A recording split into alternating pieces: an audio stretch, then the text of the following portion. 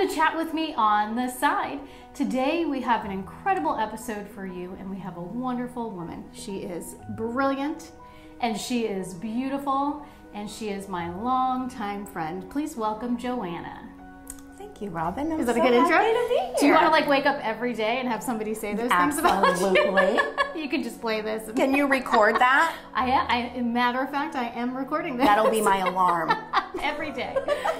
So Joanna is here to talk to us about addiction. So, should we get right to it? Sure. All right. So when was it for you that you noticed that this might be an issue for you? That's a good question. I really started active in my addiction probably in my mid-20s. 25 was really when my, first of all, my drug of choice is alcohol. Although I always like to kind of specify that anything that would alter my brain, whether it be men, food, relationships, sex, shopping, game on. Anything that can give you that rush or that feeling. Exactly. So alcohol was really my drug of choice, but I didn't start drinking until I was 25. That was the year that I graduated college, got my first job, moved out on my own, and things really started to take off. And at first, my drinking was just very social, but it quickly progressed into something that I now can see was more of a problem. It was probably late 20s when I really started to see that it was an issue, but it took many years thereafter before I really began to address it. What do you think really tipped you off? Like, what are the signs for somebody when you know that this is now gone from I'm just sort of soothing things to this is a problem? Well, for me, it wasn't this huge epiphany. One night I was out with friends. We'd gone out on a Sunday night to watch a ball game or something like that. We were all sitting at the bar and it was 9 o'clock, and my friends had all switched to like iced tea and Diet Cokes because they all had to work in the morning and everybody was getting ready to go, and I had continued to drink my beer, and by 9:30 I was ready to go. Where were we going next? Where was the party going to be? I had no concept or reasoning on when to stop. Reasoning of when to stop, you know, and it kind of, and I remember waking up the next morning going, why can I not be like them? And that was kind of the first inkling, the first, what do I want to say? The first, not realization, because I knew kind of in the back. Inkling was a good. I knew in the back of my mind for a long time, but that's when I really started to take it seriously. Okay, good. And what did you do? Interesting. At that particular time, of course, I was a nurse at the hospital, and there was a couple of other nurses on the unit that I worked on who had stopped drinking, gotten themselves sober. So you were still completely functional. Oh, absolutely. You were able to work, you were able to maintain a relationship. I'm not sure what else. I wouldn't so say I was actually able to maintain a relationship.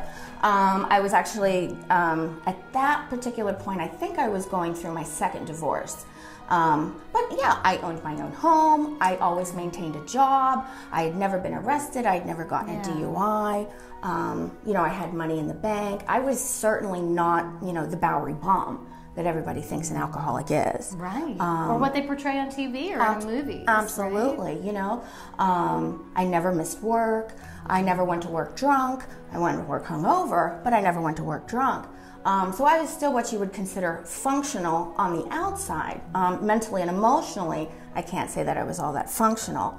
But anyway, I got with these women who had also gotten into recovery, and my one girlfriend took me to my first AA meeting, and that was the route that I used to get sober. Okay, that's amazing, and it worked for you. It did work for me. I'm going to be celebrating 15 years of sobriety this June. Congratulations, that's amazing. But there are other ways, right? Absolutely, absolutely. Do you happen to know like some of those other 12-step programs, like Alcoholics Anonymous is a very common way.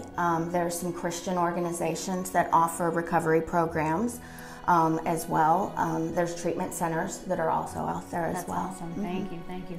So 15 years. In that time, you have a marriage, you have 2 children. Yep. So what keeps you on track?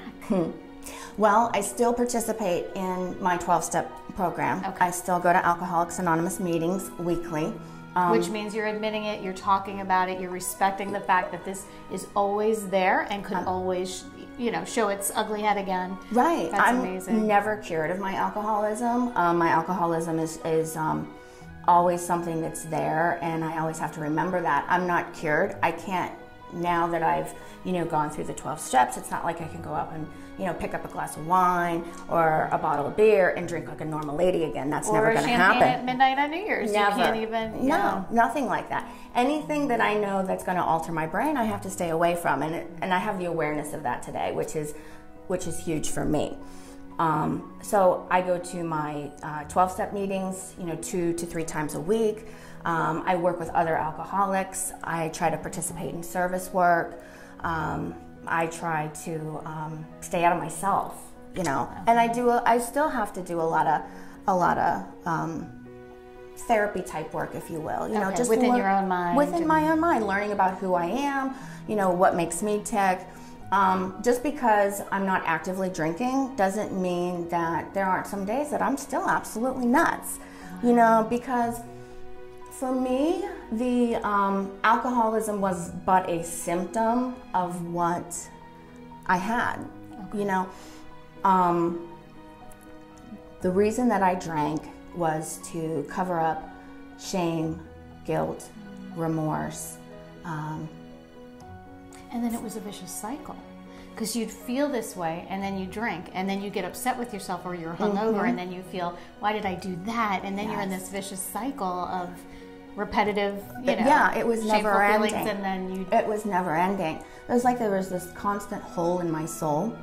And when I first started drinking, it filled up, and I immediately became prettier, smarter, confident. I could do anything. I was more lovable. I was smarter. I was able to make friends easier. All of those. I was that person I had always wanted to be, and it was a social lubricant for me. And then, as the disease began to progress, that's when the shame and the guilt, because of the decisions that I was making while I was drinking, were coming into play. And those bad decisions caused more shame and more guilt, which then caused more alcohol to be put on it to numb more, which then caused more bad decisions. Right. So it was a vicious cycle. And by the time I did get sober, I was at the jumping off place. I was at that place where I was afraid that I couldn't stop drinking. I was afraid that if I didn't stop drinking, I was going to die.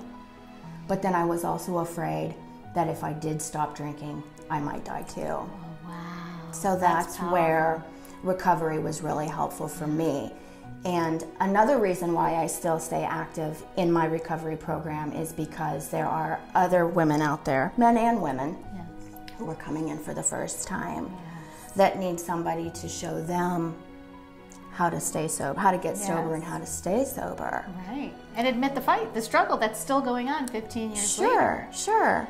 And granted, it's not, as such a survival type struggle as it was 15 years ago. But, it's still something that I have to stay very cognizant of on a day-to-day basis. And alcoholism can be genetic. Absolutely. Right? Or a predisposition for it. So you have now what are coming into adolescent and teenage boys. Yes. Do they know about your fight or your struggles, or we've kind of talked about it in some generic terms. Right. What age appropriate terms? Exactly. I come from a very long line of alcoholics. Oh, okay.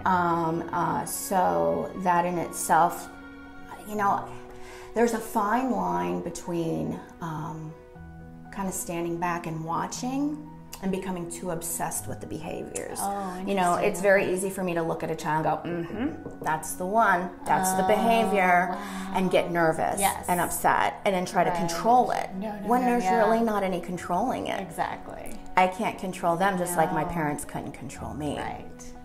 So we talk about it. We talk about that, mommy can't drink. Mommy gets very, very sick. And so therefore, in order to stay healthy, mommy doesn't drink. And, you know, mommy works with other people who are also like her to help them as well. I love that. And that's kind of how we've left it for now. So that's great advice. Is there any advice that you have for anyone out there who may be watching that might look at this and say, you know what, I didn't notice that this might be a problem, but this might be a problem for me. What do you suggest? You know, there's really no criteria for being an alcoholic or having an addiction. If there's ever a question of whether or not there's a substance abuse issue, you can always ask for help. And there's tons of it out there Yeah. in so many forms, right?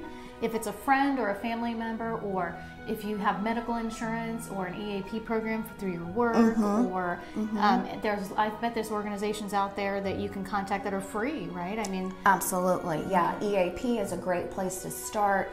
Alcoholics Anonymous has a 1-800 number that you can start, and their phone army is manned 24/7, and they'll get you in contact with somebody who can answer questions, take you to a meeting.